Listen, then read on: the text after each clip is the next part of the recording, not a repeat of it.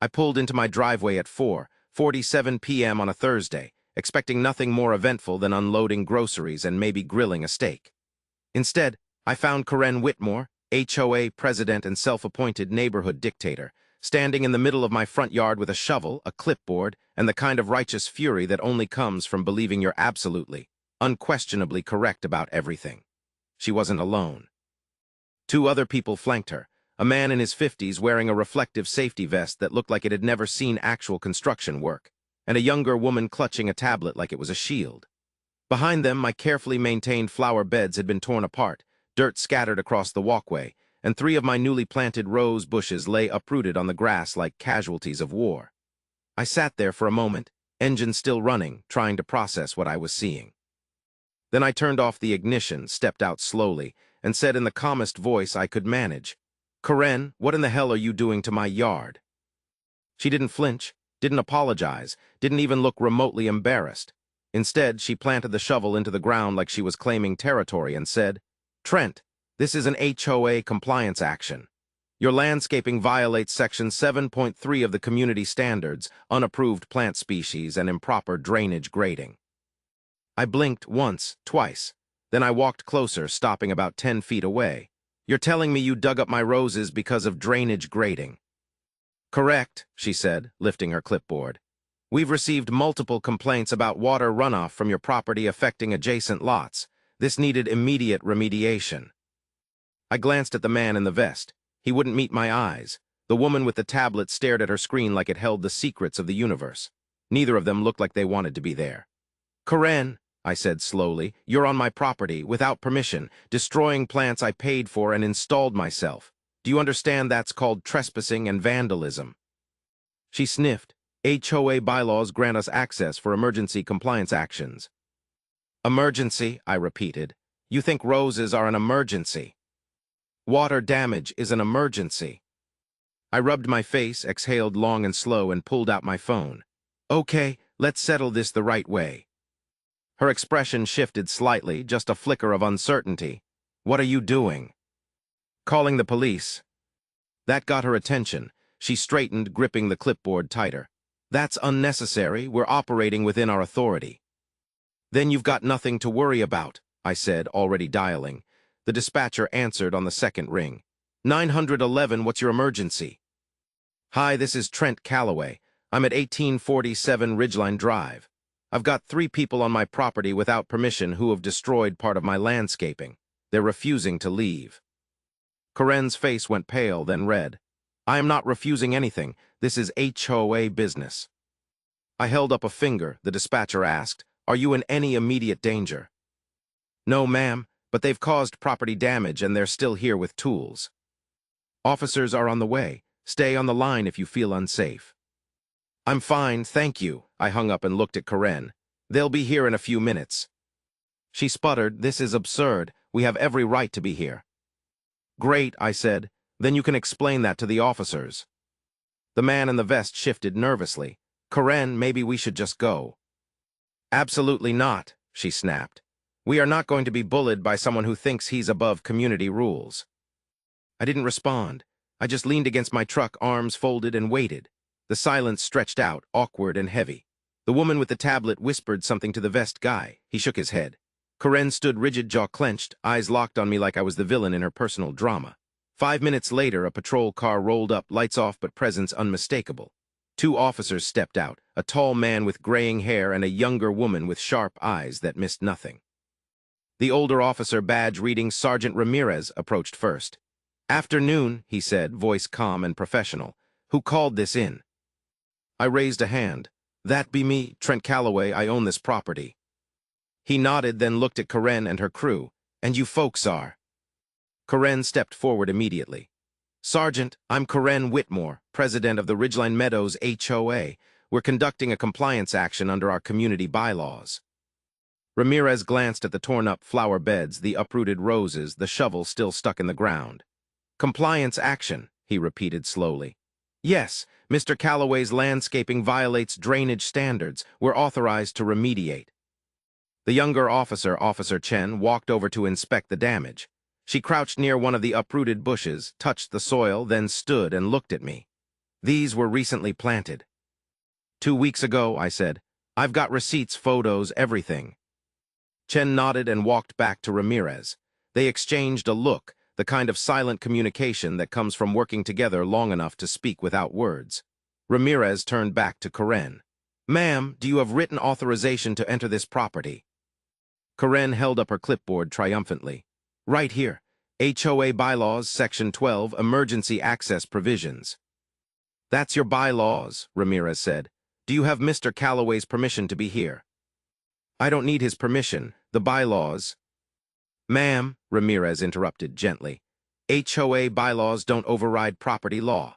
If the homeowner didn't give you permission to enter and you're not law enforcement or emergency services, then you're trespassing. Karen's mouth opened and closed like a fish out of water. That's not how this works. Actually, Chen said, stepping forward, that's exactly how it works. You can have all the bylaws you want, but you can't just walk onto someone's property and start digging without consent. The vest guy took a step back. The tablet woman looked like she wanted to melt into the pavement. Karen, however, doubled down. This is ridiculous, she said, voice rising. I have been president of this HOA for 6 years. I know the rules, I enforce the rules, and this man has been violating them for months. What violations? I asked. She spun toward me. Your grass is too long, your mailbox is the wrong color, you park your truck in the driveway instead of the garage, and now these completely unauthorized plants that are causing drainage issues for the Hendersons next door. I looked at Ramirez. My grass is mowed every Saturday. My mailbox is the same color it's been since I bought this house 4 years ago, and I park in my driveway because it's my driveway. Chen pulled out a notepad, and the drainage issue. There isn't one, I said. It rained 2 days ago. No flooding, no runoff, nothing. You can check with the Hendersons if you want. They're at work, but I've got their number. Ramirez sighed, the kind of sigh that said he'd dealt with this exact scenario more times than he cared to count. Ma'am, here's what's going to happen. You and your associates are going to leave this property now. If Mr. Calloway wants to pursue charges for trespassing and property damage, that's his right. Karen's face went from red to purple. You can't be serious. I'm very serious, Ramirez said. You've damaged his landscaping without permission. That's vandalism. You're on his property without consent. That's trespassing. If you don't leave now, I'll have to escalate this. For a long moment, Karen just stood there, trembling with rage and disbelief. Then she yanked the shovel out of the ground, handed it to the vest guy, and said through clenched teeth, Fine, but this isn't over. Actually, I said, it kind of is. She glared at me, then turned and marched toward a silver SUV parked down the street. Vest guy and tablet woman scrambled after her, neither of them saying a word.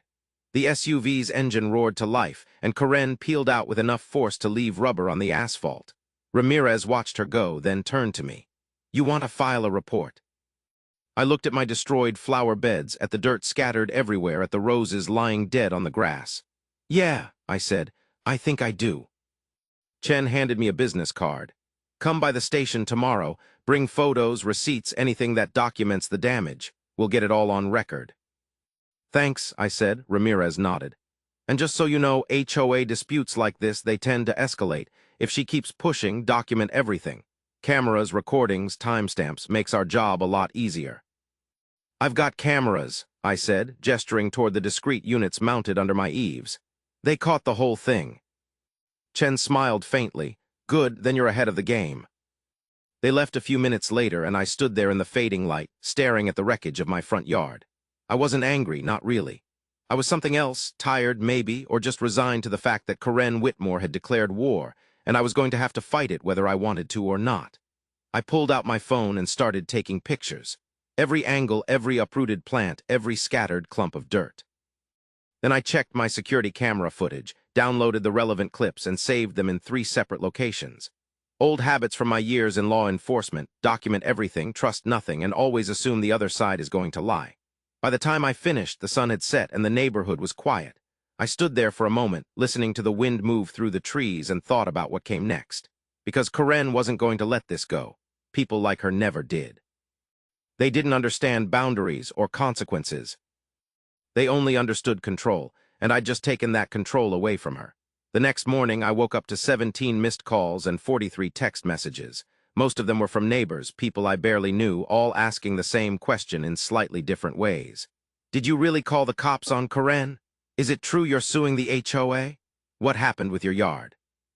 I ignored them all, made a pot of coffee, and drove to the police station. Officer Chen met me in the lobby, professional and efficient.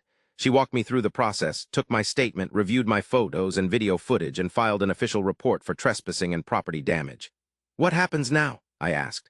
We'll contact Mrs. Whitmore and inform her that charges have been filed, Chen said. She'll have the opportunity to respond. If she disputes the claims, it'll go to a hearing. If she admits fault, she'll likely face fines and restitution. And if she keeps coming onto my property, Chen's expression hardened slightly, then she'll be arrested. I nodded, thanked her, and left. On the drive home, my phone rang. Unknown number, local area code. I answered. Mr. Calloway, a man's voice, smooth and measured, speaking. My name is David Brennan. I'm the attorney representing the Ridgeline Meadows HOA.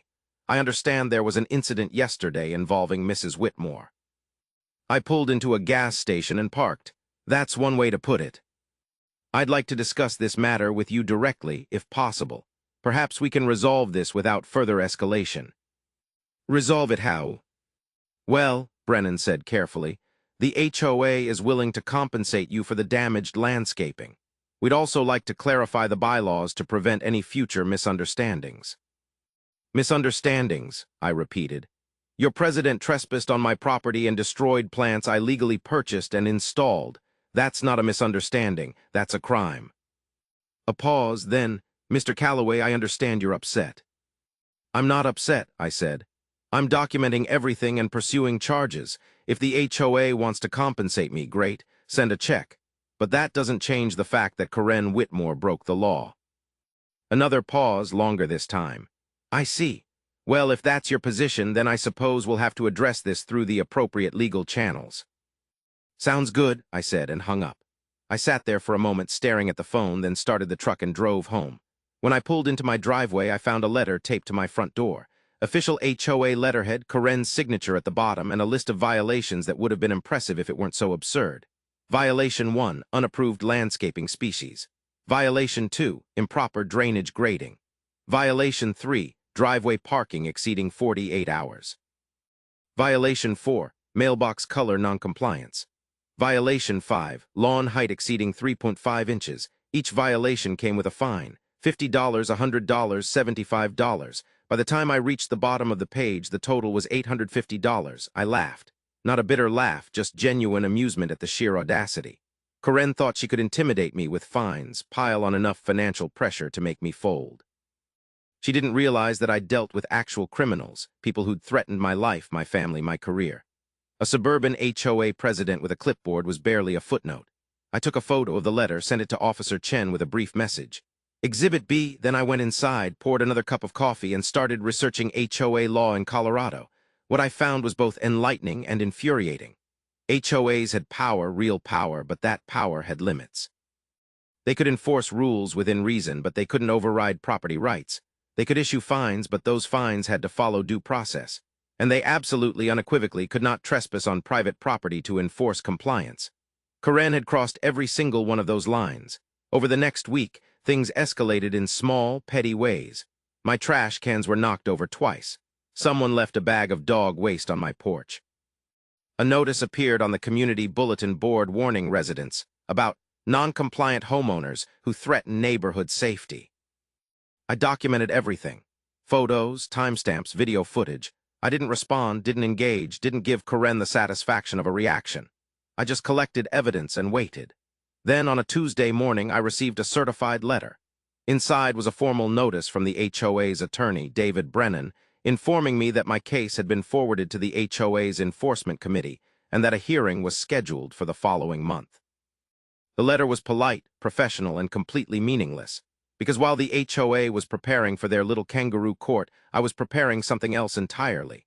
I contacted a real estate attorney named Laura Simmons, a woman with a reputation for eviscerating overreaching HOAs. She listened to my story, reviewed my evidence, and smiled the kind of smile that made me glad she was on my side. They don't have a leg to stand on, she said. Trespassing, vandalism, harassment, retaliatory fines. This is a textbook case of HOA overreach. So what do we do? I asked. We file a countersuit, Laura said. Damages for the destroyed landscaping, emotional distress, legal fees, and an injunction preventing the HOA from taking any further action against you without a court order. How long will that take? A few months, maybe longer if they want to drag it out.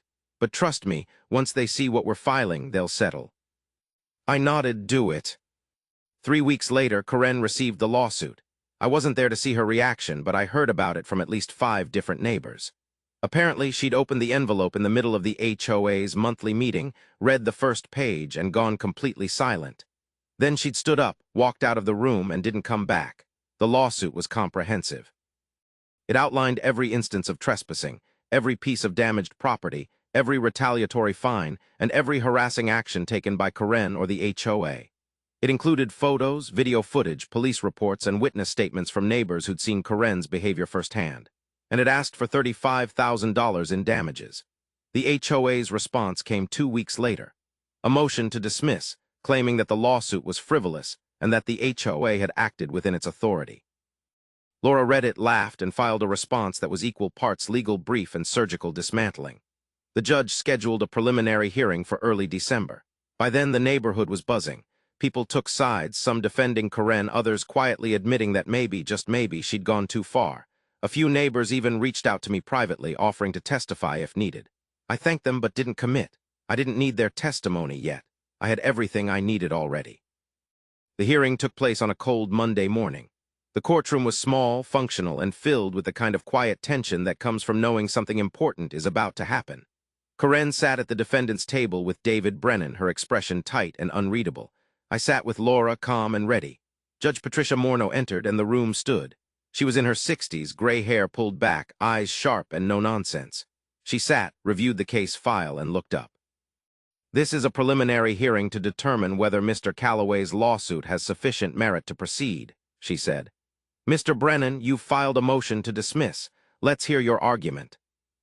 Brennan stood, straightened his tie, and began. Your Honor, the HOA acted in good faith to enforce community standards. While Mr. Calloway may disagree with the methods, the HOA's bylaws clearly grant them authority to address violations. Judge Morneau raised an eyebrow, even if those methods include trespassing and property damage. Brennan hesitated. The bylaws include emergency access provisions.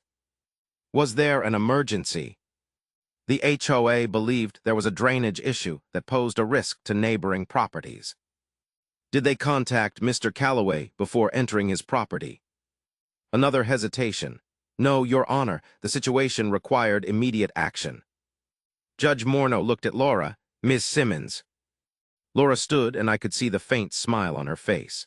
Your Honor, the defense's argument hinges on the idea that HOA bylaws can override property law. They can't. Mr. Calloway owns his property outright. The HOA has no legal authority to enter that property without his consent, emergency or otherwise. She pulled out a folder and handed copies to the judge and Brennan. This is the police report from the incident, along with video footage showing Mrs. Whitmore and her associates trespassing and damaging Mr. Calloway's landscaping. There was no drainage emergency. There was no immediate threat. There was only an HOA president who believed she was above the law. Judge Morneau reviewed the documents, watched a portion of the video, and set everything down. Mr. Brennan, does your client dispute the facts as presented? Brennan glanced at Karen. She shook her head slightly. No, Your Honor, he said quietly. Judge Morneau leaned back in her chair. Then I see no reason to dismiss this lawsuit. The plaintiff has provided clear evidence of trespassing and property damage. The case will proceed to trial. Karen's face went pale. Brennan closed his eyes briefly, then nodded. Understood, Your Honor. As we left the courtroom, Laura turned to me. That went well. What happens next? Discovery will request all HOA records, communications, anything related to you or this incident. If they've been doing this to other homeowners, we'll find out. And if they have? Laura smiled. Then this becomes a much bigger case. Over the next 2 months, Discovery revealed exactly what I'd suspected. Karen had been targeting homeowners for years, issuing fines for minor or non-existent violations, threatening legal action, and using her position to bully people into compliance. We found emails, text messages, and meeting minutes that painted a clear picture of someone drunk on power and completely unaccountable. 3 other homeowners came forward with their own stories. One had been fined $1,200 for painting his house a shade of beige that Karen deemed non-compliant. Another had been threatened with a lien for parking a work van in his driveway. A third had been forced to remove a vegetable garden because it violated aesthetic standards. Laura compiled everything into an amended lawsuit, adding claims of systemic harassment and abuse of authority. The damages request jumped to $120,000. The HOA's attorney tried to negotiate, offered $10,000 to settle. Laura countered with $100,000 and a requirement that Karen resign as president. Brennan said he'd discuss it with his client. 2 days later, Karen fired Brennan and hired a new attorney, a bulldog named Richard Klein who specialized in aggressive defense. His first move was to file a countersuit against me, claiming defamation and intentional infliction of emotional distress. Laura read the filing, laughed, and said, "He's desperate." The trial was set for March. As the date approached, the neighborhood grew quieter. People stopped talking about it openly, but you could feel the tension in every interaction, every passing glance, every carefully neutral greeting. I didn't care. I'd done everything right, documented everything, followed every rule. If Karen wanted to fight this to the bitter end, that was her choice, but she wasn't going to win. The trial lasted 3 days. The courtroom was packed, neighbors filling the gallery like spectators at a championship game. Karen sat stone-faced at the defense table, her new attorney beside her, radiating confidence that felt increasingly forced as the evidence piled up. Laura presented everything methodically. The video footage, the police report, the photographs, the emails, the testimonies from other homeowners. Each piece of evidence built on the last, creating a narrative that was impossible to ignore. When it was the defense's turn, Klein tried to paint me as a difficult homeowner who'd refused to cooperate with reasonable requests. He called witnesses who claimed I was unfriendly, uncooperative, and dismissive of community standards. Laura dismantled each witness on cross-examination. Did Mr. Calloway ever violate an actual rule? No, but did he ever refuse a reasonable request? Well, he didn't respond to. Did he ever threaten or harass anyone? No. By the 3rd day, it was over. The jury deliberated for less than 2 hours. When they returned, the verdict was unanimous. The HOA and Karen Whitmore were liable for trespassing, property damage, and harassment.